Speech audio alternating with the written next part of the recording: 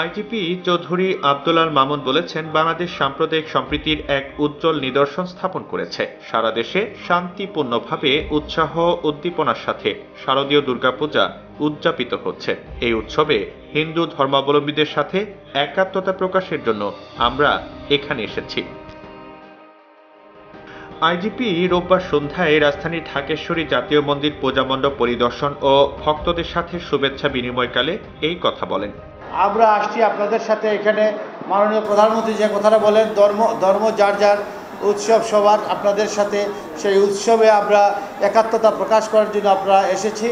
এবং সাথে সাথে এইখানে যে এই ঢাকেশ্বরী মন্দিরে তেমন কোনো সমস্যা এখনো পর্যন্ত হয় না। তো আমরা যে কারণে আসি, একটা সিম্বলিক আসি, যে এখানে এসে আমরা জানান দিতে চাই যে আমাদের দেশের যে সাম্প্রদায়িক সম্প্রীতির যে একটা উজ্জ্বল নিদর্শন আমরা স্থাপন করেছি, সেই উজ্জ্বল নিদর্শন স্থাপন করে আমরা সবাই একসাথে বসবাস করি, এটাকে আমরা সবাইকে জানান দিতে এখানে আসি একসাথে, এবং আপনাদের সাথে আমরা একাত্মতা প্রকাশ করতে এখানে আসি। এ সময় পুলিশ প্রধান বলেন, শান্তিপূর্ণভাবে দুর্গাপূজা পালনের জন্য নিশ্চিদ্র নিরাপত্তা ব্যবস্থা নেওয়া হয়েছে। বিসর্জনের মধ্য দিয়ে নিরাপদে দুর্গোৎসব সম্পন্ন হবে বলে আশা প্রকাশ করেন আইজিপি।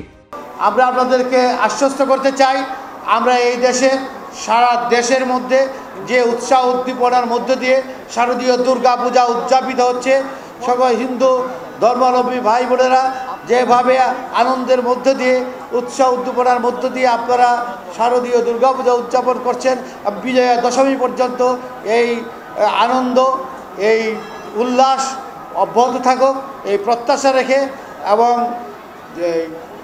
দুর্গাপূজার শুভ সমাপ্তি